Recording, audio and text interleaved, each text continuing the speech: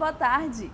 A entrevistada do Amazônia Mulher de hoje é psicóloga há 10 anos, tesoureira do Conselho Regional de Psicologia do Amazonas, doutoranda, professora de graduação e pós-graduação, possui especialização na área de psico-oncologia e também possui formação em tanatologia, entre várias outras funções. A minha entrevistada de hoje é a psicóloga Magali Oliveira. Seja bem-vinda ao programa. Obrigada, Paula. É um prazer estar com você.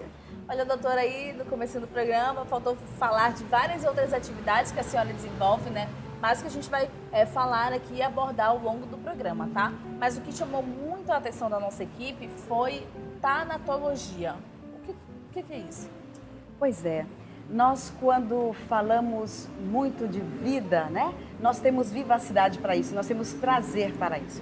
Quando falamos em tanatologia, quando falamos em morte, às vezes nós ficamos um pouco receosos em falar. Tanatologia é o estudo da morte.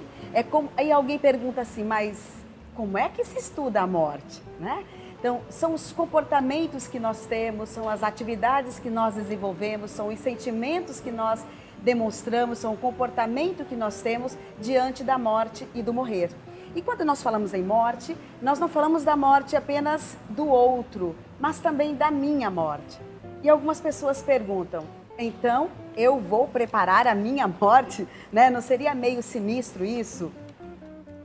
Não nesse ponto de vista que vou colocar para você agora. Quando nós falamos de tanatologia, quando nós falamos de morte, quando nós falamos do morrer, é algo que parece que nos distancia da vida. Enquanto que, na verdade, deve ser ao contrário. Quando eu tenho certeza de que eu tenho uma finitude, que realmente vou morrer, eu preciso potencializar o meu tempo de vida. Então, a tanatologia vem com essa proposta, né? De mostrar para você que existe uma finitude, que nós todos vamos morrer, que nós todos temos perdas durante a vida e nem por isso eu preciso ficar travada nessas perdas que eu tenho. Porque às vezes, por perda de um filho, por perda de um ente querido, eu perco a minha vida mesmo estando viva. E aí eu deixo de viver. E a tanatologia traz essas possibilidades de nós estarmos também olhando para a nossa morte, para a nossa condição de ser humano, sabendo que todos nós um dia vamos morrer. Doutora, e a tanatologia trabalha também, digamos que não apenas o morrer, mas perder algo, a perda de um filho, a perda de alguma coisa, de um trabalho, enfim. Ela trabalha também essa hipótese? Trabalha, Paula. E uma das coisas mais impressionantes que nós conseguimos ver na tanatologia, quando trabalha esse aspecto, é a perda de um filho que não morre. É a perda de um filho que era para ser saudável e nasce com algum tipo de síndrome, que nasce com algum tipo de patologia, que depois de 2 ou 3 anos é diagnosticado com autismo, é diagnosticado com esquizofrenia e faz com que essa mãe perca aquele filho dos seus sonhos, né? Muitas vezes as mães, quando nos procuram, elas dizem assim, doutora, a minha filha nunca vai pedir para mim uma Barbie, né? A minha filha nunca vai correr comigo no parquinho e sabendo o que ela está fazendo, ela vai estar sempre no mundinho dela. E aí nós temos que trabalhar com essa mãe, a aceitação dessa filha e perda realmente da filha que ela sonhou, que ela desejou, que possivelmente não existirá. Então a tanatologia trabalha as perdas. Aí nós colocamos as questões do luto, do processo de luto, onde nós vamos aprender a lidar com tudo isso sem que nós venhamos a adoecer. Porque muitas vezes o processo do adoecimento do indivíduo faz com que ele se isole socialmente.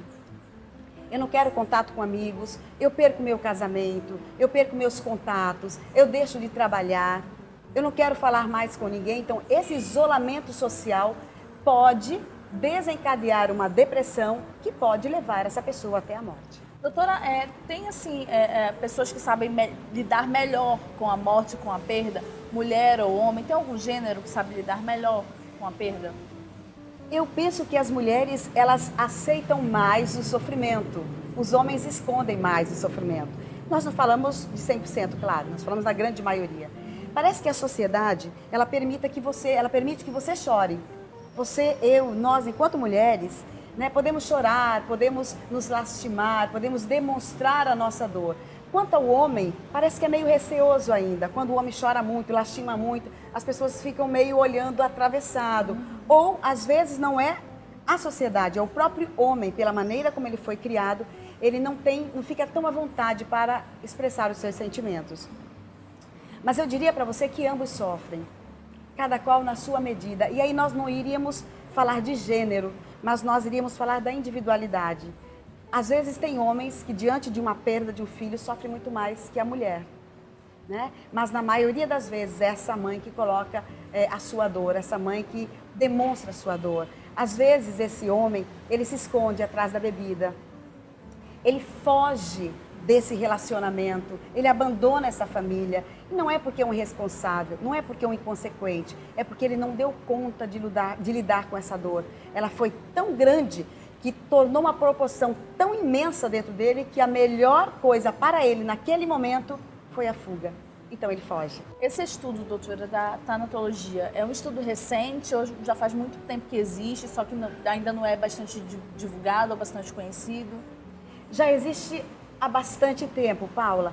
No Brasil é que ele não é muito reconhecido assim, mas na Europa e nos Estados Unidos, uma abordagem dentro da psicologia chamada psicoterapia do luto já é muito trabalhada e muito difundida e até muito aceita. No Brasil, agora que nós temos, assim, timidamente, algumas especializações e pós-graduações que tratam especificamente dessa questão do luto e do sofrimento, porque nós sempre procuramos esconder, às vezes, nós temos meio que vergonha de mostrar essa dor, porque nos sentimos fracos. Quando eu me mostro para você no sofrimento, eu mostro para você a minha fragilidade. E as pessoas não gostam de se mostrar na sua fragilidade. Então elas preferem esconder, guardar para si esse sofrimento. E o guardar para si esse sofrimento desencadeia uma série de consequências. E aí nós vamos para as doenças psicossomáticas. A pessoa vai no médico com uma dor no estômago, ou na cabeça, ou no corpo, e faz todos os tipos de exames. E está tudo certo com ela. Fisiologicamente, biologicamente, está tudo certo com ela. Porque a dor é na alma, porque a dor é psicológica. E nas dores psicológicas e nas dores de alma, elas não são detectadas por exames. Ela precisa de um psicólogo para acessá-la, para que ela possa minimizar esse sofrimento. Doutora, e o que lhe levou a estudar tanatologia, o estudo da morte? Então, Paula, eu precisei fazer as pazes com a morte, né? Eu fiquei viúva aos 32 anos, em seguida perdi meu pai. E eu comecei numa relação muito agressiva com essa morte. E a maneira que eu encontrei de fazer as pazes com ela foi de entendê-la, né? E de aceitar esse processo da morte e do morrer como natural para nós, sabendo que todos nós, independente de sua classe social, de sua idade, de sua condição intelectual, de sua condição financeira, todos nós teremos um dia um encontro com a morte. E a partir dessas experiências, dessas vivências bem doloridas, eu me interessei pelo estudo da morte, né? E tenho ajudado muitas pessoas a passarem por esse momento de dor, por essa transição. Porque esse momento não é para ser fixo, sabe, Paula? Não é para você ficar ali, é para você passar por ali. Você precisa sair. Aí você pode me perguntar assim, mas é proibido sofrer então? Não é legal sofrer? Não, nós devemos sofrer sim. A morte, ela é para ser vivenciada. O luto da morte é para ser vivenciado. Nós só não podemos ficar cristalizados, engessados nesse momento da nossa vida. Tanatologia, esse nome você já tinha escutado falar? Eu é a primeira vez que estou escutando falar e estou tirando as minhas dúvidas aqui. Espero tirar as suas também que está nos assistindo, viu? Nós vamos para o segundo bloco, para o intervalo comercial, que vai ser bem rapidinho. Daqui a pouco a gente volta conversando muito mais com a doutora Magali Oliveira, que é a nossa psicóloga, a nossa entrevistada de hoje. Não sai daí não.